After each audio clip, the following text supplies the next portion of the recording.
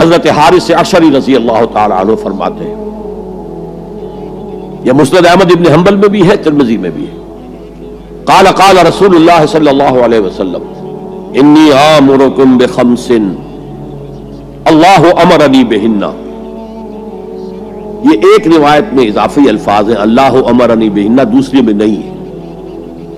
انی آمرکم بخمس کے بعد شروع ہو جاتی ہے بالجماعت والسمع والطاعت والہجرت والجہاد فی سبیل اللہ۔ مسلمانوں میں تمہیں 5 باتوں کا حکم دے رہا ہوں، اور یہ حکم اللہ نے مجھے دیا ہے، حالانکہ آپ کو بھی حکم دینے کا اختیار ہے، لیکن آپ نے تاکید کے لیے کہا، میں اپنی طرف سے نہیں کہہ رہا، میں پہنچا رہا ہوں۔ انی آمرکم بخمس اللہ امرنی بہن بالجماعت والسمع والطاعت والہجرت والجہاد فی سبیل اللہ۔ ذرا دیانتداری کے ساتھ ہاتھ اٹھائیں ان مجمع میں سے وہ لوگ جنہوں نے پہلے کبھی یہ حدیث سنی ہے۔ ایک تو ادھر میں نے ہاتھ دیکھا ہے، اس کا چرچا ہی نہیں ہمارے ہاں۔ کیوں؟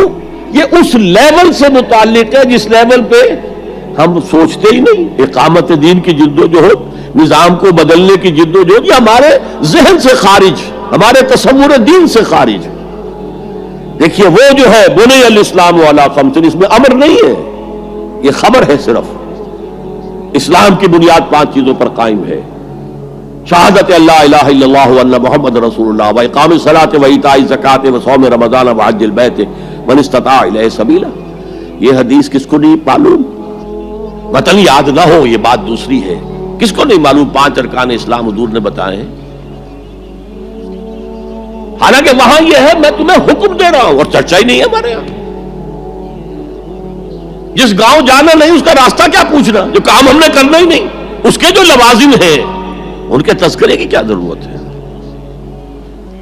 یہ ہے ہمارا اس وقت کا عام مسلمانوں کا تصور۔ زیادہ سے زیادہ یہ کہ دین کو پھیلاؤ، پہنچاؤ، کتابوں سے، رسالوں سے، ویڈیو سے، آڈیو سے، مواعظ سے، درس قرآن سے، ترجمہ قرآن سے، یا تو یہ کہ اپنی ذاتی نیکی کا تصور ہے، اور یا پھر اس سے اوپر صرف یہ دعوت و تبلیغ۔ اس سے اوپر کی تیسری منزل جسے اقامت دین کہا جائے، جو خصوصی الفاظ حضور کے لیے 3 مرتبہ قرآن میں آئے، هو الذی ارسل رسولہ بالہدی ودین الحق لیظہرہ علی الدین کلہ۔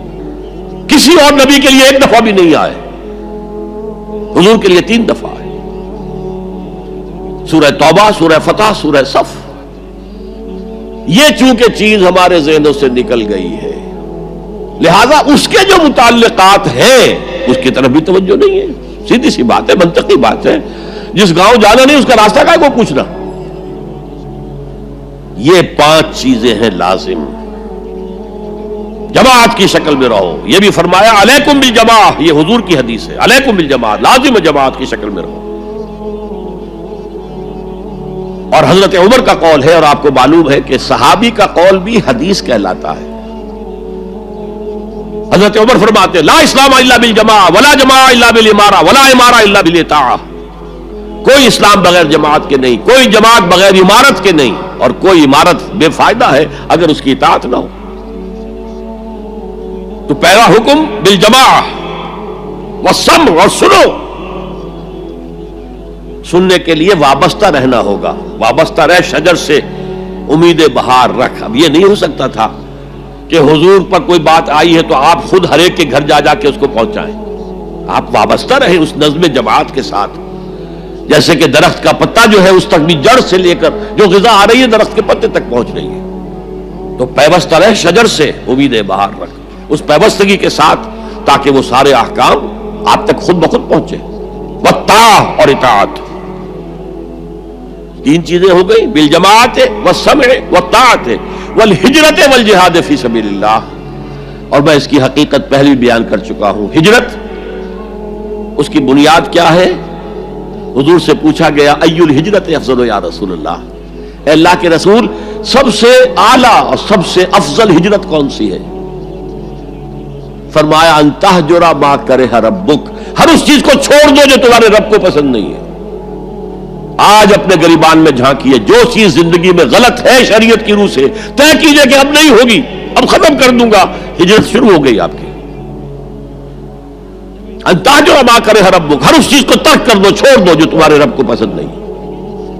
اور آخری ہجرت تو آئے گی وہ اقامت دین کے آخری مرحلے میں، جب اقدام ہوگا، جب نظام کو چیلنج کیا جائے گا، پھر جو ہجرت ہوگی وہ فرض ہجرت ہوتی ہے۔ مدینے کی ہجرت فرض تھی، ہجرت حبشہ فرض نہیں تھی۔ وہ تو جن لوگوں کی ہمت جواب دے رہی تھی اور جو پرسیکیوشن ہو رہی تھی اور جو تشدد ہو رہا تھا اس کو برداشت نہیں کر پا رہے تھے، انہیں اجازت دے دی گئی کہ ٹھیک ہے چلے جاؤ، حبشہ کی طرف ہجرت کر جاؤ۔ مدینے کی ہجرت فرض تھی۔ اگر کوئی ہجرت نہیں کر رہا، ما لکم من ولایتہم من شیء حتی یہاجروا، تو اے مسلمانوں تمہارا ان سے کوئی تعلق نہیں ہے جب تک کہ وہ ہجرت نہ کرے۔ بلکہ سورہ نساء میں اس کو بھی ایک طرح کا نفاق قرار دیا گیا۔ تو وہ ہجرت بڑی ہجرت ہے، گھر بار چھوڑ کر، اور مکے والے جو گئے تھے چھوڑ کر، وہ قریش کے بھیڑیوں کے رحم و کرم پر چھوڑ کر گئے تھے اپنے گھر والوں کو، اور ان کا سارا گھر کا سامان لوٹا گیا تھا، اور اس سارے سامان سے وہ کیپٹل فراہم کیا گیا تھا جس کو لے کر ابو سفیان کا قافلہ گیا تھا شام کی طرف، جس کا حضور نے پیچھا کیا تھا لیکن وہ نکل گیا تھا۔ جب وہ واپس آ رہا تھا تب حضور نے پھر اس کو کنفرنٹ کرنے کے لیے مدینے سے باہر نکل کر پروگرام بنایا، لیکن وہ اللہ کو کچھ اور منظور تھا، ادھر سے لشکر آ گیا اور جنگ ہو گئی، جنگ بدر ہو گئی۔ تو ہجرت کیا ہے؟ شروع سے ہجرت کیا ہے؟ ان تہجر ما کرہ ربک، اور سب سے اوپر کیا ہے؟ گھر بار، اپنے آباء و اجداد کی وطن، جہاں آپ کے آباء و اجداد دفن ہے، چھوڑو جاؤ، اور جاؤ وہاں جہاں پوری طاقت مرکوز ہو جائے تاکہ آپ نظام باطل کو چیلنج کرنے کے لیے ساری طاقت ایک جگہ جمع کر سکیں۔